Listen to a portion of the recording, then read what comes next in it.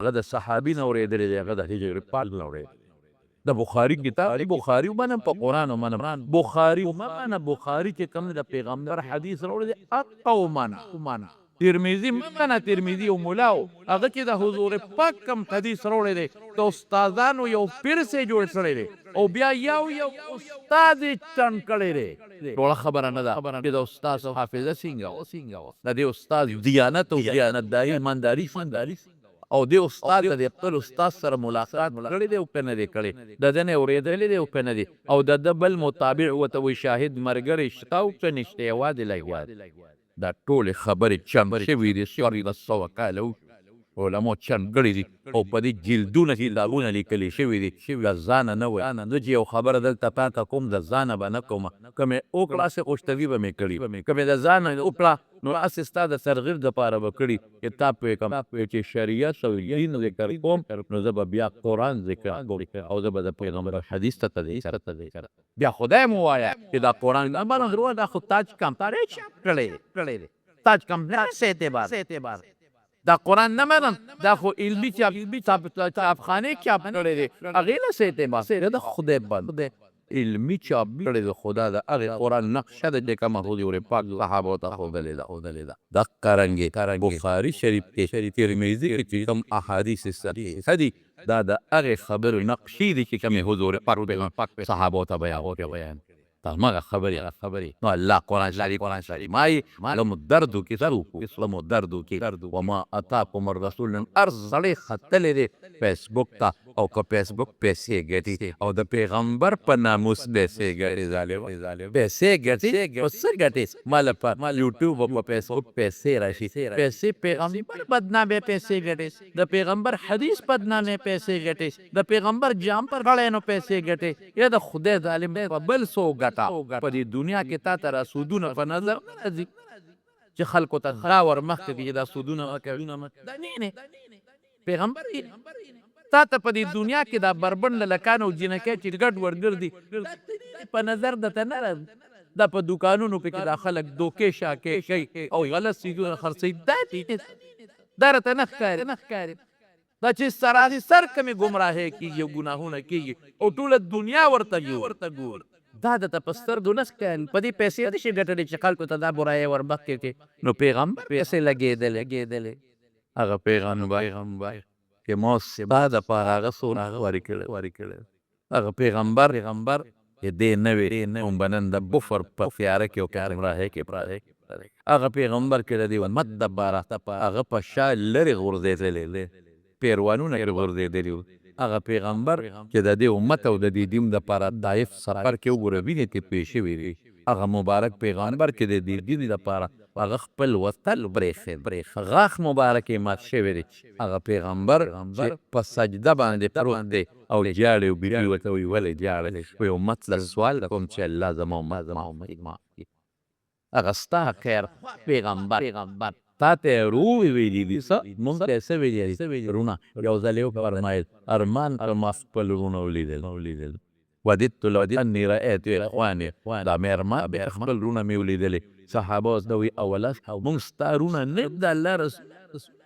وی انتم اصحابي، تاسو خو زما ملګري یې، رونه مې څوک دي؟ هغه کسان دي لم یأتوا بعدو چې اوسه پورې نه دي راغلي، وروستو به راځي، زه به یې نه یم لیدلی او نالیدلی به په ایمان روان، لیکن زما رونو دغې امت پیغمبر معاف د امت د پیغمبر میوسې حضرت حسن هم شهید د امت د پیغمبر په نناسیو په جنازه هم غشي ورغشي څوک بله جنازه ونه د امت د رسول الله مبارکه هغه نیازبین بچې هغه خشته ښکلې بچې چې د پیغمبر په شا به اوچتېده او د پیغمبر به وله شونه دې ښکلولې، حضرت حسین د هغه نه هم سر پرې د امت د پیغمبر نوسې نه دی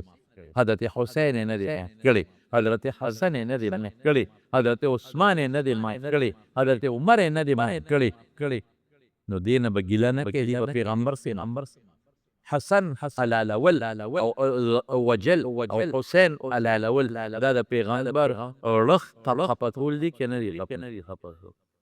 پیسو د پیغمبر خلک څه نه کوي نو الله فرمایي نن درته صرف د رسول الله مبارک سنت یو دوه خبرې کوم ما اتاکم الرسول فخذوه چې څه درته راوړي ونیسئ وما نهاکم عنه فانتهوا څه نه یې منع کړي هغې نه ځان وساته وایي واتقوا الله الله ایمانه ویرېږئ ویرېږئ لغوي مفهوم دغه دی ان الله شدید العقاب الله په شان سخت سزا څوک نشي ورکولی زما خبره وه بل دی ورته الله څه قل ان کنتم الله حضور پاک ته فرمایي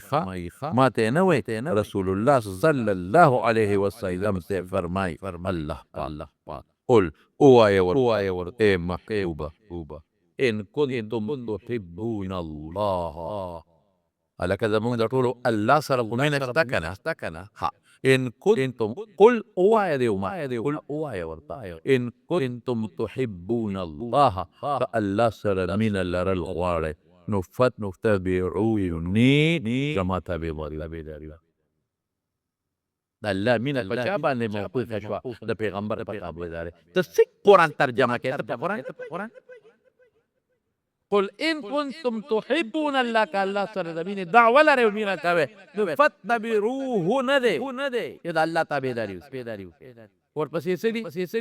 فتبعوني زما تابعداري په دا ورته ووایه د حضور پاک تابعداري نو بیا به څه کیلی شي چې د پیغمبر تابعداري وکړې نو یحببکم الله بیا به الله در سره مینه کوي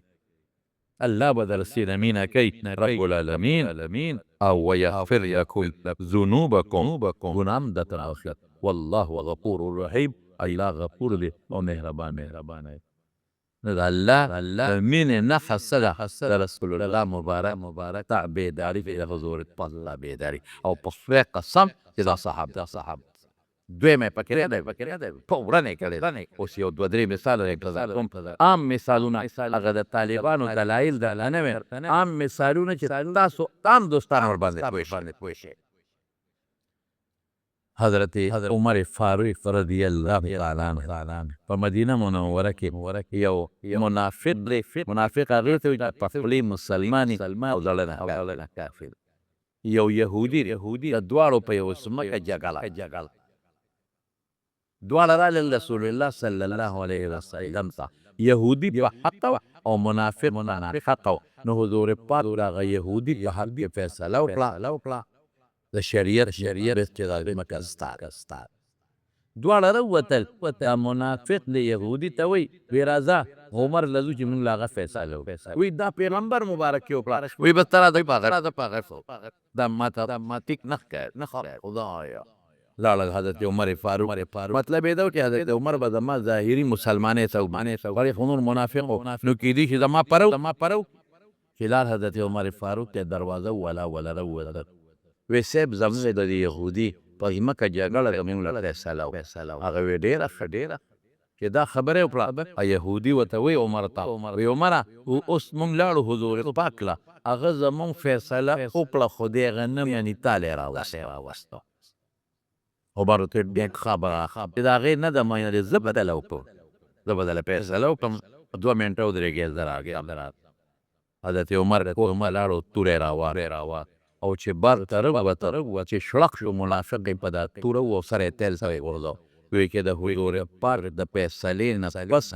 ما له فیصله راوړي دقه فیصله صاحب لوی غوغا جوړه شوه چې عمر مسلمان وجلی خو منافق و رسول الله مبارک له خبره راله رسول الله مبارک راته راوغوښته وی سړی وجلی دی وی او د الله رسول الله مې وجه ولې دې ووجه وی ستا د فیصلې د پایسه ما له فیصله راوړه اوس هم دا وایي دا مې ایمان دې ته وایي ته ستا فیصله نه منې هلکه چې د پیغمبر فیصله نه منه او دا مې نه راخوښه او مطلب دا چې پیغمبر انصاف نه دی کړی چې پیغمبر ته بې انصافه وایي هغې مسلمان دی که کافر دی کافر وی ستا فیصله څوک نه منې و هغې نه پس ما له راځي دویمه خبره پکې نه دقیقه فیصله به خو فورا په قرآن شریف کې آیت نازل حضور پاک د عمر خیر دی هسې به دې پرې کړی زورنه به دې ور وجه دې فورا الله قرآن شریف کې آیت نازلی څه فرمایي الله فرمایي چې فلا وربک بورې عمر مچې عمر ته دا خبرې مه کوه چې غلط فیصله دې دا کړې ده زما د ستا په رب قسمي الله وایي زما د په خپل ذات قسمي لا یؤمنون حتی یحکموک فیما شجر بینهم تر څو چې تا له فیصله نه راوړي او تا باندې اعتماد نه کوي دا قسم مې دی الله فرمایي په خپل ذات چې دا د سره مسلمان فلا وربک لا یؤمنون حتی طلب مسلمان کې بتا فیصله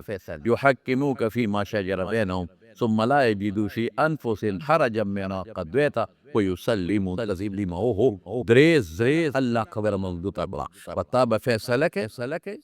او پړه کې خولې په خولې بظاهر بم غږ نه کوي مهیبه لړنه بم نه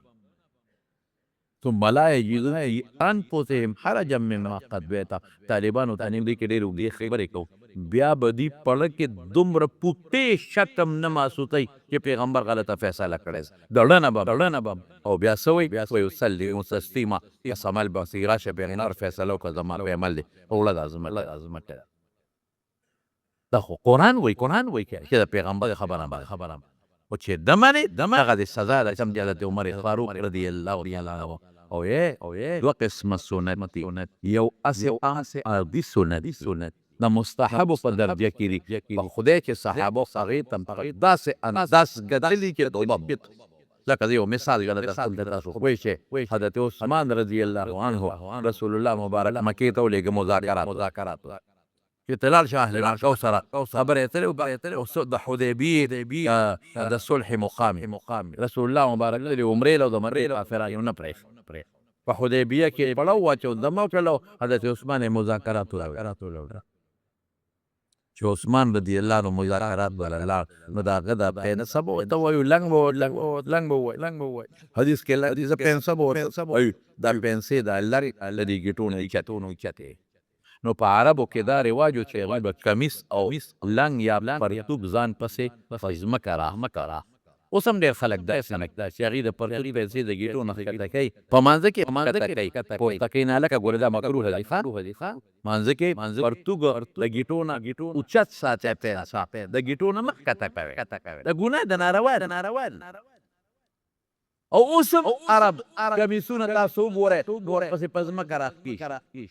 د ګېټو نه لاندې دا مخکې د هغې رواج و او اوس هم رواج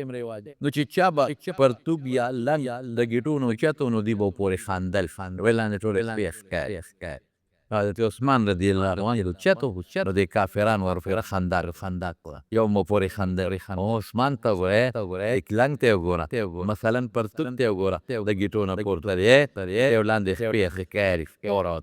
نو یو هم سترګې روزي بله وایي د تره زوی ولره یو عثمانه څه چل در باندې وایي ولې وایي ټول خلک در پورې په لاره ځي خاندي ماشومان هم خاندي لوی ملګري راګان هم خاندي څه چل مې کړی وایي دا لنډ پوی داسې وایي نېکبخته له ښکته کا چې دا ګیټې پټې اوچت کړی حضرت عثمان چې کوم ځای پورې لنګ جنګېده د ګېټو نه پورته په هغه ځای کې ګوته کېښوده والله هذا موضع ازار رسول الله صلی الله علیه وسلم په خدای مې د خدای سمې دا کوم ځای ته زما د لنګ د لوکه رسېږي دا د پیغمبر مبارک د لنګ ځای دی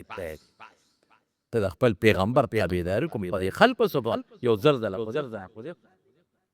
او حضرت حذیفه ابن الیمان رضی الله عنه فارس ته تللی دی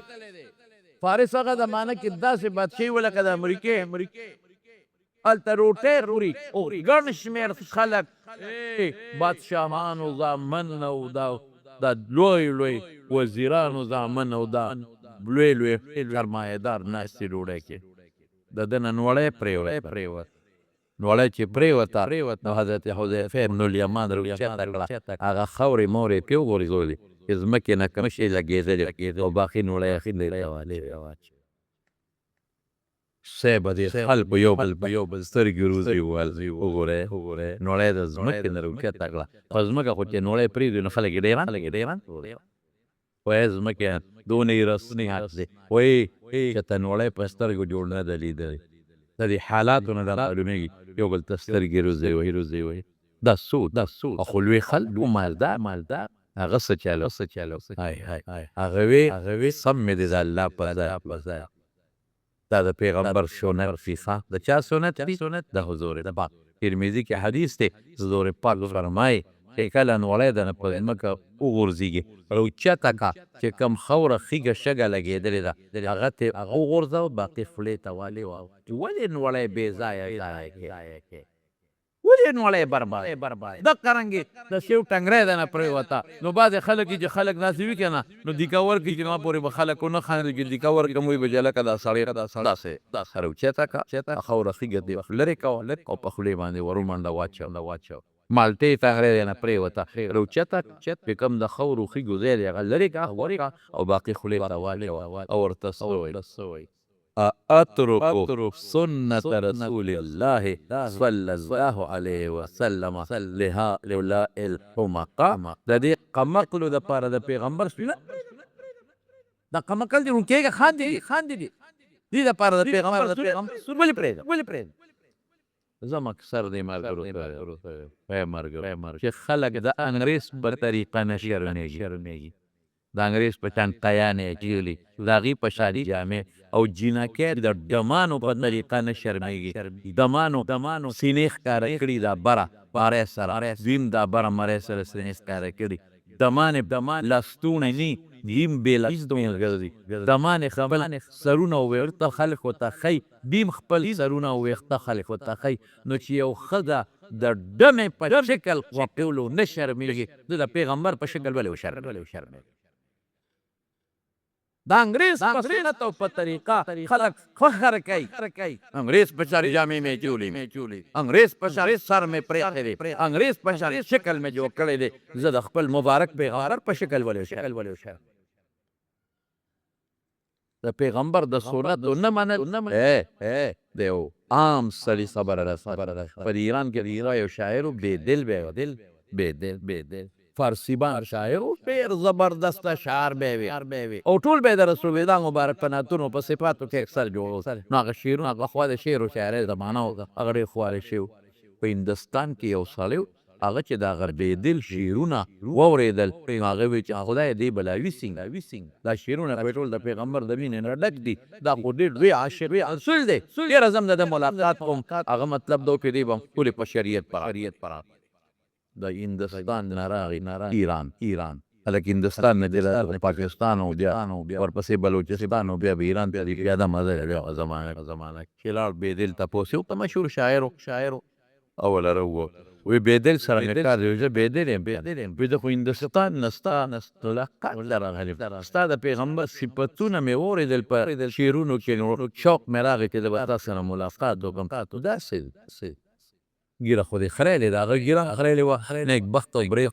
هر څه یې خریلې تش سوټې سونا مونا اسم ګیره مې راخریلې او ته داسې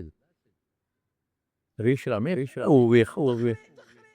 او د پیغمبر صیغتونه او ورته څه اوس هم ډېر خلک دا خبرې بیرجي ګیره چې دا سره یم خوړنه پاکې چې څنګه مې مخ پاک دی نو له مې پاک دی یم ته دا الله تعالی ګورم نه چې پته راته ولګي چې دا پاک دی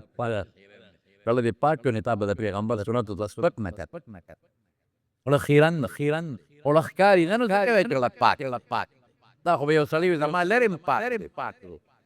یو سړی به وي زما کلمې پاکې دي نو ته راشه سر دی او داسې پاتې ته کښېنو چې پته راته ولګي چې دا پاکې دي که نه ګرځې دا دعوې خو بر سړی او ته څه وایي وی ریش را مې خراشي ولکن دل مسلمان را نه مې خراشي وی ګیره خو خورېمه خو د مسلمان زړه نه خورې ګیره خریل خو زما خپله ګناه ده دا څه خبره ده مسلمان ته تکلیف ضرر رسول ډېر لوی جرم دی انا کو د مسلمان نه خریل هغه د هندوستان کس ورته څه وایي غلط گفتی دل رسول الله را مې خراشي وی غلطه دی وی د مسلمان نه د پیغمبر په زړه چاړه راکړه ولې ګیره دې طریقې محمدي کې یو هغه لیکلي دي کله څوک ورشي رسول الله مبارک ته او سلام پې واچوي وفات نه پس او د ده ږیره نه ږیره خریل په قبر کې ته حضور پاک مخ ها زه دا خو ته مه منه ته وایې د یو صوفي خبره دی نو دا واوره رسول الله صلی الله علیه وسلم له دوه کسان راغلل مجوسیان کافرانو دواړو ږیرې کافر اوس کافر چې سړی دی هغې سره ځان قسم په خدای حدیث کې راځي رسول الله مبارک دی مخ بل ته مخې ته وه او بیا ورته وایي دا ږیرې ولې خرایه وی امرنا ربنا ان نحلق لها مونږ ته خو بل رب هغوی به خپل بادشاه ته رب وایي موږ ته خپل رب حکم کړی دی دا ږیرې خرایه حضور پاک څه وایي بل امرني ربي ما ته خپل رب حکم دی چې زه ږیره غټه کړمه ګڼی النعفي له چې زه خپله ږیره ګڼه کړم ما ته خپل رب ویلي دلته اوس هم خلک ماړه خو سنت چې دی سنت دی واجبه ږیره خریل ډېر لوی ګناه ده نن نه پس ټولو ورور ته وایم او د استاد ته وایم مه خریږ ورسونه ګناهونه دي په دې ږیره کې واجبه ده یو او بل تا ته د خپلې مخ خشته ښکاري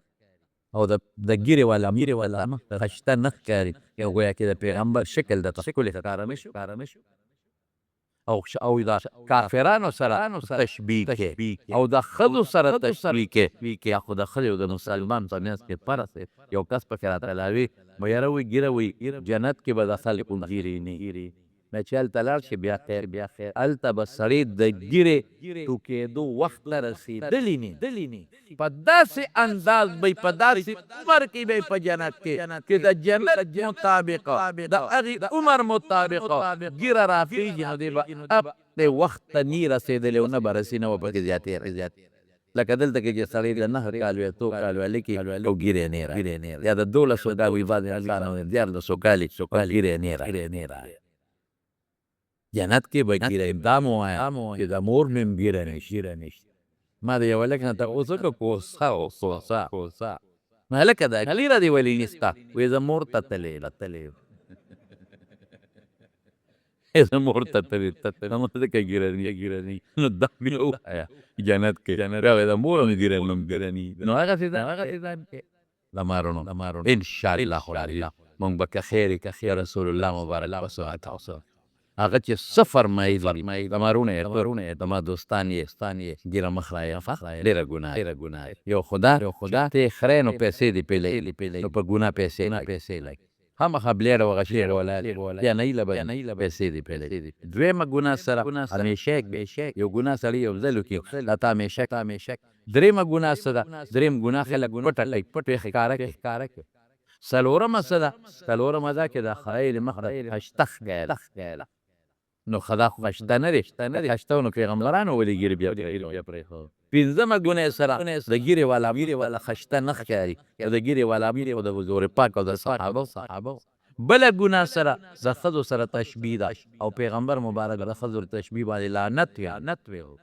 بله ګناه سره د کافرانو سره د مخ برابر کړی خشته کړی نه کافرانو سره تشبیه دا ګناه کبیره زمارونو او بل چې ورته لا ګناه نه وي دا خو ډېر لوی جرم یو که خیر انشاءالله العزیز نن نه پس به که خیر ټول واده کړو چې ږیرې به پرېږدي او یو کس ما وی یاره ږیره زه بل چاته یې ما ته نه وي خو ما ته راورسېد بیا به څوک ښځه نه راکړې مې ولې دا ږیرو والا بیا ښځو ناستې دا هسې خبرې د نیکانو ښځو بې ږیرې نه دی خوا یقین په خدای که دا راته ګورې بیا په جومات کې ناست یم ما ته یو سړي وی یو زنانه هغه کو وی یو جنۍ وه او مور ورکوله پلار ورکوله یو هلک او د هغه ویښته په مخ نو ږیرې خریل او برېت یې پریل وی هغه جنۍ وی چې زه ځاله په شان کس سره واده نه کوم سړي سره واده ځان په شان کس سره واده نه کوم په مخ او په برېتو خو زما ویښته نشته نو ښځې ته ولې نه ودېږم چې دلته ودېږم زه هغه چا سره واده کوم چې هغه سړی وي د پیغمبر په سنتو باندې واده نو انشاءالله دا مې درته نصیحت وکړو ټول به پرېږدی که خیر انشاءالله نو صحابو څه چې به حضور پاک څو فرمایل په خدای که دویمه پکې د تبوک غزا له نبی علیه السلام دی او صحابه ورسره دي او مزل ډېر زیات اوږد دی او ګرمي ده او څاروي کم دي رسول الله